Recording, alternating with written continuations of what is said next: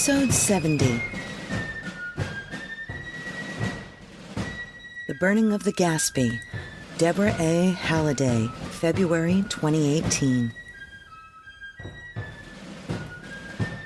When Lindsay taunted Dunningston that June day, the British captain bristled at the sight, so Gaspee chased the Hannah up the bay, till low tide and a sandbar stopped her might. But Lindsay's lighter craft continued on to Providence, where Sabrin's Tavern stood. And there the plot unfolded and was drawn to get rid of the hated ship for good. The Gaspee turned to cinders on that night, and repercussions started in the morn. But out of conflict grew a bigger fight, and from resistance was a nation born. When righteous cause and selfish greed unite, each side strives to prove that they were right. Greetings and welcome into the Pawtuxet General. I am your host, Jess. May brings Gaspee celebrations to Pawtuxet Village, and we are no different. Thank you to the Gaspee Day Committee. We have recipes, drinks, and a joke or two. Just to give you a little shiver, how about a creepy little tale of Poe? But first, we must thank our Patreon subscribers. These coast-defending folk are the law-breaking, costume-wearing, gun-firing, ship-burning, cafe-conspiring, and quietly making-off peeps that are the Pawtuxet General, without whom we would merely be colonies. So thank you! If you would like to be one of these revolutionary folk, please look upon our page on patreon.com or simply follow the link in the show notes. But until then, we have a few Gaspee archival recipes and poems, so enjoy. This from the Gaspee Virtual Archives, a recipe for revolution, a new flavor to an old story. Ingredients: 1 schooner HMS Gaspee, 1 packet Hannah, 1 despicable Lieutenant William Dunningston, 1 clever Captain Benjamin Lindsay, a stamp act, a sandbar, about 64 angry colonists including John Brown and Abraham Whipple, 8 longboats, muskets, powder horns, and bullets, 1 torch, and 1 extra straw. Directions: Step 1. On June 9th, 1772, mix the Gaspee, Dunningston, and Stamp Act and float per order of island in a large bowl of water. Agitate persistently. 2. Combine the Hannah and Lindsay. Pursue with previous mixture using plenty of aggravation. Add extra straw. Pass over sandbar. The Gaspee mixture should stick to the bottom. Place Hannah combination aside in Providence and spread word. Step 5. In a separate container, a Sabin Tavern will suffice.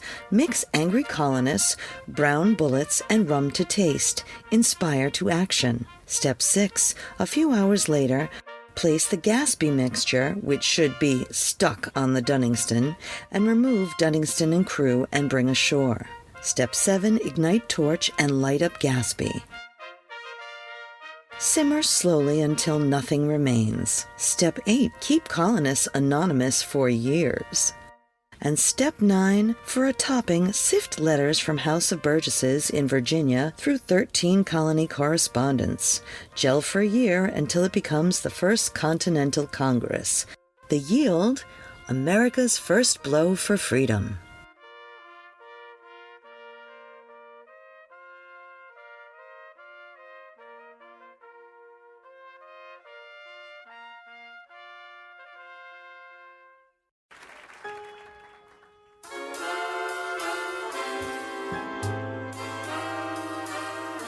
We have 3 short drinks for you this week.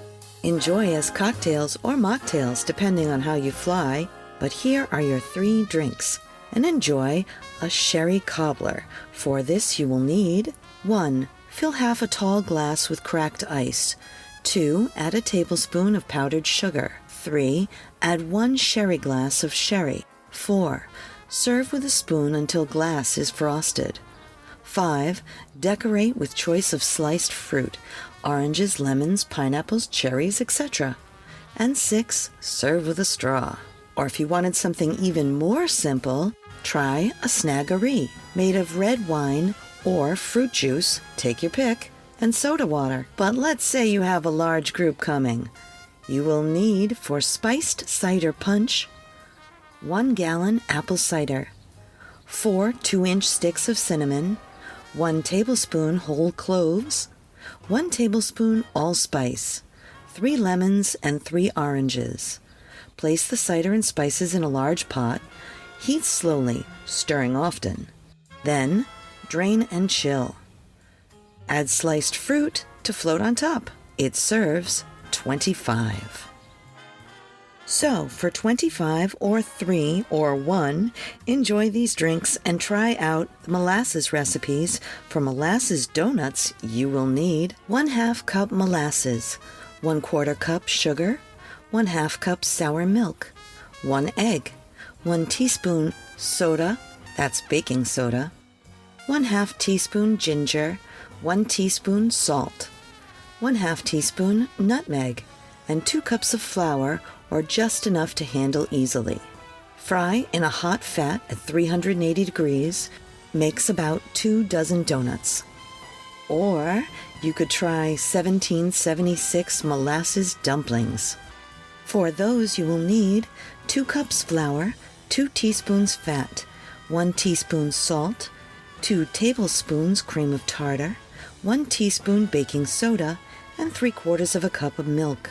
Step 1. Mix dumplings and roll into 1-inch thickness, cut with a small cutter. Step 2. Drop 2 or 3 at a time in hot fat. Step 3. Have ready another kettle of boiling molasses. As soon as fried, drop into the boiling molasses. Step 4. Remove and drain. Delicious. I can't wait to try those. Looking for an opportunity to hang out with the Pawtuxet General crew? How about play some of those pinball machines you've been hearing about? Not to mention pizza strips to benefit the kitchen mission at the Edgewood Congregational Church. Well, check out our Gaspee Fringe Fun Fair. The fair is Saturday, May 27th from 9 until 2. There will be vendors with food and crafts, a build-a-clam workshop for the little ones, and electromagnetic pinball is going to blow your minds with all the games. Is that enough? No. There will also be a huge thrift shop yard sale. Jewelry, clothes, household goods, and books. Something for everyone. The Gaspee Fringe Fun Fair takes place Saturday, May 27th at the Edgewood Congregational Church from 9 till 2 p.m. I'll be there all day serving up pizza strips from the kitchen mission. Bring your questions and I'll have answers. So meet us there.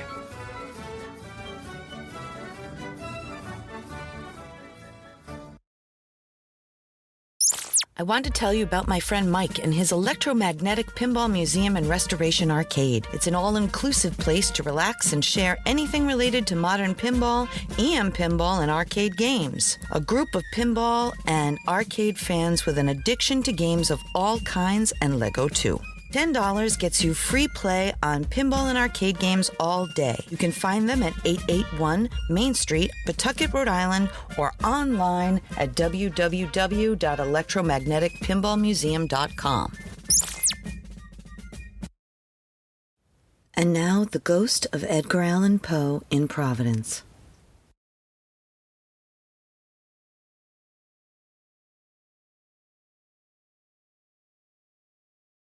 The house at 88 Benefit Street in Providence overlooks a quaint and historical cemetery plot, which has served as a nexus for horror fiction writers, beginning with the acclaimed and admired, if misunderstood, Edgar Allan Poe. Everyone today knows Poe as the author of The Raven. He is world-renowned as the originator of Gothic horror and poetry. But what most people don't know is that in his time he was not so revered. A certain group of New York literati, who veritably controlled the publishing houses at the time, saw his work as puerile and obscene and depicted him as an unreliable substance abuser. But that's another story. This story is about Sarah. Sarah Helen Whitman, writer, poet, occultist, mesmerist, scientist, transcendentalist, and gardener. She dressed all in black. She wore a coffin pendant around her neck. She liked to cosplay as the goddess Athena and parade herself down Benefit Street. And it's said that she had weekly seances. She was beautiful and statuesque, with bright blue eyes and banana-curled hair. Sarah had a garden in her backyard, and that garden overlooked the Gothic nexus of a cemetery plot at St. John's Cathedral, where so many authors would find their respective muses. In 1848, Sarah wrote a poem called To Edgar Allan Poe, referencing his poem, The Raven, for a Valentine's Day party, which Poe was supposed to have attended, but the hosts were warned about Poe from the New York literati, so Poe found out about the tribute secondhand. To Edgar Allan Poe by Sarah Helen Whitman. If thy sad heart, pining for human love, in its earth's solitude grew dark with fear, lest the high sun of heaven itself should prove powerless to save from that phantasmal sphere where thy spirit wandered. And if the flowers that pressed around thy feet seemed but to bloom in lone Gethsemanes through starless hours, when all who have loved thee have left thee to thy doom, oh, yet believe that in that hollow vale where thy soul lingers, waiting to attain so much of heaven's sweet grace as shall avail to lift its burden of remorseful pain, my soul shall meet thee, and its heaven forego, till God's great love on both one hope, one heaven bestow. When he did find out about this poem and read it, he was, of course, captivated, for Sarah was a formidable writer. He wrote back with the following verse, based on accidental sighting he'd had of her when she was working in her garden years before. To Helen, by Edgar Allan Poe. Helen, thy beauty is to me like those Nicean barks of yore that gently o'er a perfumed sea the weary, wayworn wanderer bore to his own native shore. On desperate seas long wont to roam, thy hyacinth hair, thy classic face, thy naiad airs have brought me home to the glory that was Greece and the grandeur that was Rome. Lo, in yon brilliant window niche, how statue-like I see thee stand, the agate lamp within thy hand. O Psyche, from the regions which are Holy Land. In 1847, Edgar lost his first wife, Virginia Clem, to tuberculosis. Poe had begun drinking heavily upon the onset of her illness in 1842, and by 1848 he was self-destructive. On his way to Providence to meet Sarah Helen from Lowell, Mass., Poe took a nearly lethal dose of laudanum and was thus waylaid in Boston. Sarah Helen's transcendentalist friends and upper-crust family, on the other hand, were not impressed by Mr. Poe, nor were they in any way shy about letting him know it. My heart is heavy, Helen, for I see your friends are not my own. The two would remain close in correspondence, despite the grievances of the town square. Sarah was not one to be told what to do, and Poe would do lectures and readings at the famous Providence Athenaeum. Eventually, Poe would return to Providence in December of 1848, where he recited poetry to Sarah and secured acceptance to a proposal of immediate marriage. There was only one condition: sobriety. Poe agreed to teetotal his way to nuptial bliss, and the arrangements were made for a December 25th wedding. The wedding would be called off on December 23rd, 1848, after being announced in the papers. Nobody is really sure what the specifics were, as there were so many different versions of why the wedding was abruptly canceled. One account of the cancellation was that Sarah's brothers took Edgar out for a bachelor party and convinced him to inebriate himself. One account was that Edgar got drunk on purpose to thwart having the wedding, and the police had to come and arrest him. Another account dictates that Sarah Helen received an anonymous letter claiming that Edgar had been drunk and the wedding was off, whence Sarah inhaled an overdose of ether, which she used to treat her heart condition. As Edgar ran to her side and tried to rouse her, she could only exclaim, "I love you," before fading into unconsciousness. The two would never see each other again, although Sarah remained a friend, fan, and ally to Edgar all through his days and would live to the ripe old age of 75. Edgar, on the other hand, would not survive the year. He was found in a state of semi-consciousness on a park bench in strangers' clothes. He would die of literally unknown causes in Maryland. His last words, "Lord, help my poor soul." Which brings us back to the graveyard nexus at St. John's Cathedral, where H.P. Lovecraft would feel Poe's spirit watching the Whitman house, and at once was inspired to write such tales and verse as The Shunned House and The Tomb. Yes, that tomb. And then there's all the haunted activity that has been reported from Benefit Street since.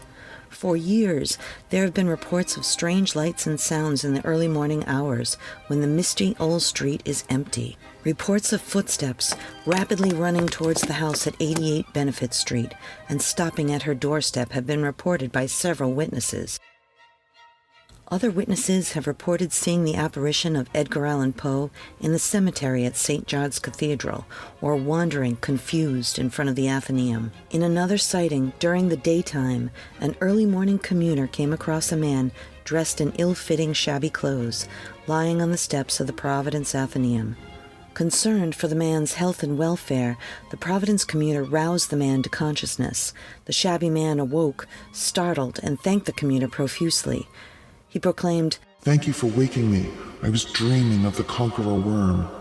And this is from the Poe poem, which ends, "Out, out are the lights, out all, and over each quivering form the curtain, a funeral pall, comes down with a rush of storm, and the angels, all pallid and wan, uprising, unveiling, affirm, and the play is the tragedy, man, and its hero, the conqueror worm."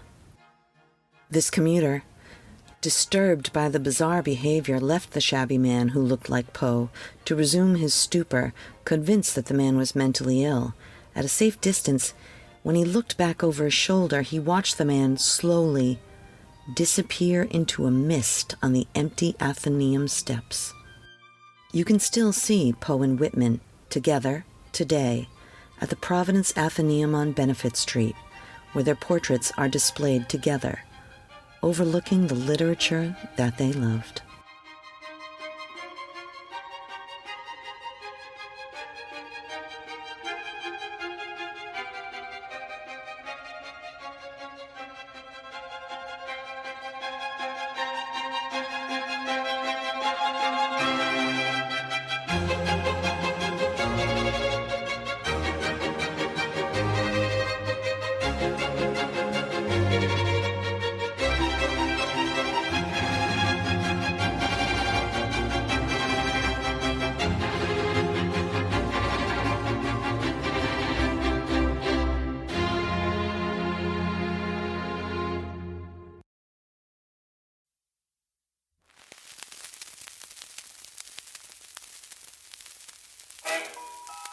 Thank you once again for joining us today at the Pawtuxet General.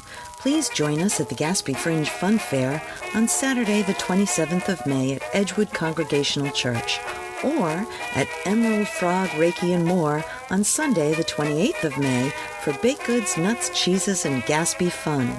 If you would like to reach out, our email is jess@pawtuxetgeneral.com. So email us or join us, but until then, I'll meet you right back here next time at the Pawtuxet General.